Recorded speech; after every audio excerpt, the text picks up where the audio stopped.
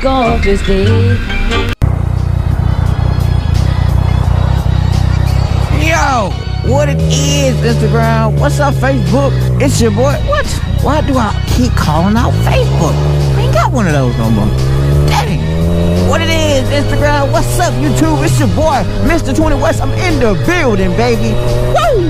Get fire on him. Boom. Boom. Popping like it's hot. Popping like it's hot. Man. What a lovely Friday it is. It's a very, very beautiful Friday. It's 64 degrees. Looks absolutely immaculate out here. It's, I don't know. I guess it's 12 o'clock or something like that. Man. Yes. Yes. Yes, Lord. You know, for shout out to the people that's living for the weekend. Living out for the weekend. The weekend's coming. Is right there next day. Yeah, man. We got yoga tomorrow. I feel excited. I'm excited for yoga. Trying to keep my peace and keep the energy, keep my vibe going. It's you know, for me, my girl doesn't even know this, but yoga keeps me very positive. To not just my lady yoga, but to actually practice yoga as well. It keeps me very positive, mellow. I try to keep myself away from stress as much as I possibly can in life, man. It's don't get me wrong. It's at times it gets kind of tough. But as far as just try to just understand that tomorrow is gonna be better than today and stuff like that. So maybe that I don't give a care attitude. People shrug their shoulders. I don't care. I'm just going yeah. Try to keep that in mind, man. But anyway, this vlog is brought to you by I Don't Want to Live in the Hood. What? I know, man. I said, well, let me make a personal vlog. You know what I'm saying? I'm gonna make a personal vlog.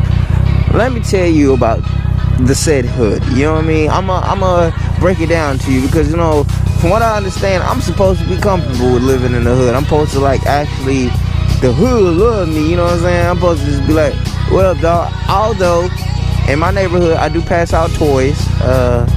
I mean, it be some kids out there playing. I'd be like, hey, here. Like, I found some of my little sister's old toys, and I was like, here, you guys can have these toys, And, everybody in the neighborhood I say hello to, stuff. But it be some crazy stuff going on in my neighborhood. I know the first time I moved into my house, it was like, I got peanut butter and jelly on my car and tissue. Like, man, when I tell you I was like 38, I was so mad because I was just like, why would somebody put peanut butter and jelly and tissue on my car? Like, is that supposed to be like funny or something? Like, and I sat there and I was like, bruh, I don't do anything to anybody, so I don't understand why stuff gets done to me. So I just be like, alright. From that day, I just turned into like the rage man. Like, I just be like, I'm gonna kick your ass, I'm gonna kick your ass, I'm gonna kick your butt.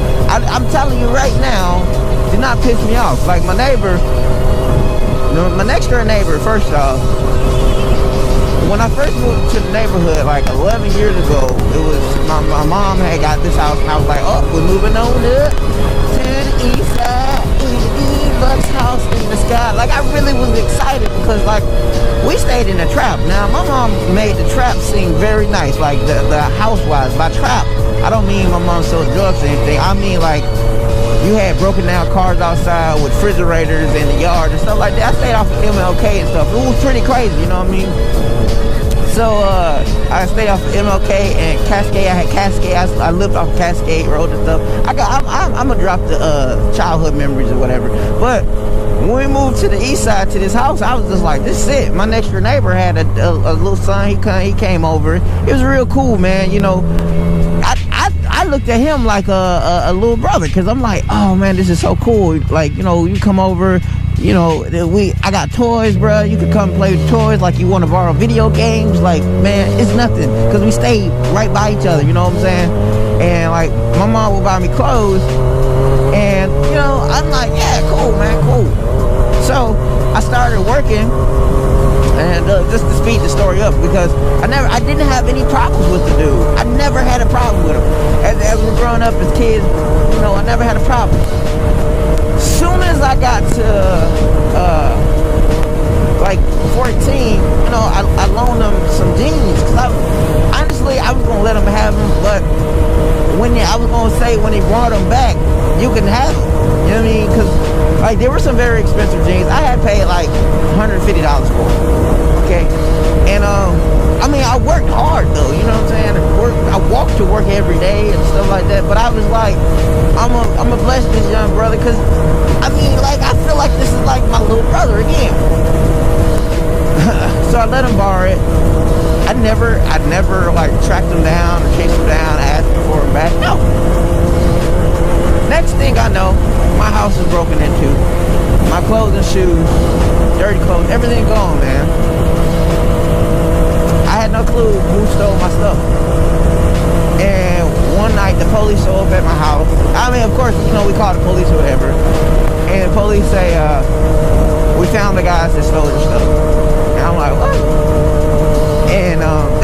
And they tell me like, especially it's my next door neighbor, he stole my stuff. They was like, you know, don't do nothing in retaliation, you know, very sorry for it. He really wants to apologize. And me being who I was very angry, man. I had a very bad anger.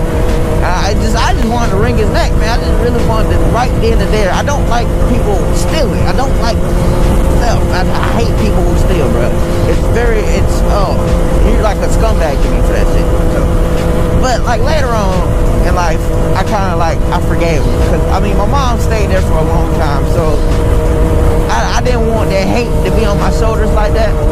So one day he sees me going to the mailbox and says, hey man, I just want to apologize to you as a man, and I was hanging with the wrong crowd, and I'm sorry, dog. Like, I'm in all seriousness. So I left it alone. Now I never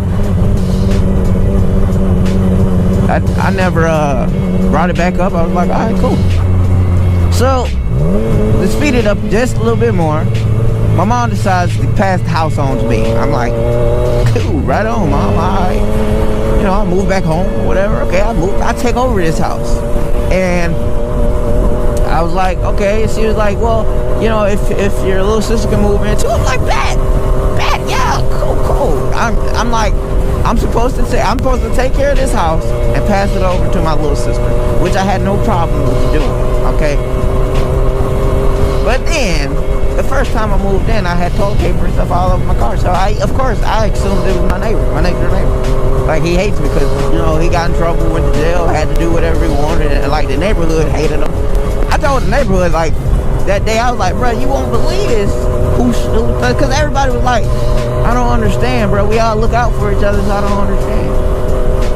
And yeah, so of course they wanted to beat him up and stuff like that, so he couldn't go outside to play or whatever. But you know, I was like, you basically stole my stuff. So you know, yeah. So now I moved in the house. I got toilet paper and stuff over there. I cleaned it off. I found them. I said, hey bro, I don't know if you know who did this, but I need you to tell them, let them know, man, this is not acceptable, dog. Like, I'm not the same person I was when I was younger, man. I'm less forgiving. And I'm not playing any games with nobody in this neighborhood, man. I'm telling you, you don't want what I'm gonna bring. So they're like, man, you know, calm down. It's all right. It's cool, bro. Like, I don't know who did that, but I promise you, I'm gonna look into it. I'm gonna make sure everybody, like, you know, chill. Like, all right, cool. I left it alone at that, man. But now it seems like every time I go to my neighborhood, it's some young dudes, they looking at me, and I already know what that stupid look is. Like, oh, I'm gonna do something. And it's like, hey man, I'm gonna have to beat them upside their damn head, you know? And it's like, I remember watching videos, and I remember growing up in Kirkwood, where everybody like literally looked out for everybody. I remember getting hurt at the candy lady, and she let me come in her house. I'm eating candy and stuff, you know what I'm saying? And like my cousins, they came down there and got me and took me back to the house, like, cause I was hurt, you know what I mean?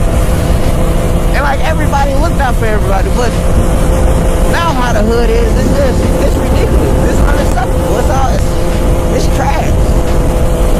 Man, I'd rather just, you know, go to the boondocks, man. Live out in the boondocks, away from everybody. Whoa.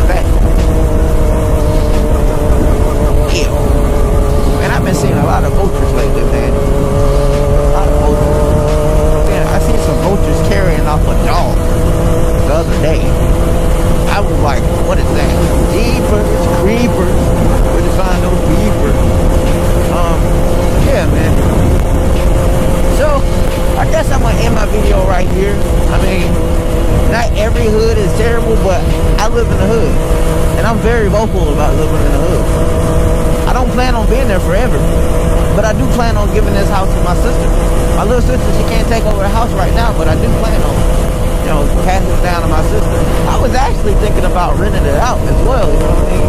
But then I don't want the people that move into it that have the same problems I'm having right now. Well, I feel like I'm gonna have to hurt somebody eventually and wring somebody's neck, but you know, it is what it is. Oh, and I forgot to tell you the story where I'm probably gonna I'm gonna upload that anyway. It's on gun safety or whatever. Always carry a strap.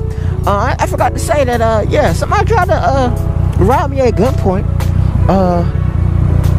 And I don't know, man. Like I really, ever since then, I just really been wanting to find that guy and serve my justice. You know, of course I called the cops. Cops come to my neighborhood, they always do the same thing. It took him 20 minutes to show up, and he didn't care about nothing I had to say. Nothing. I mean, like totally nothing.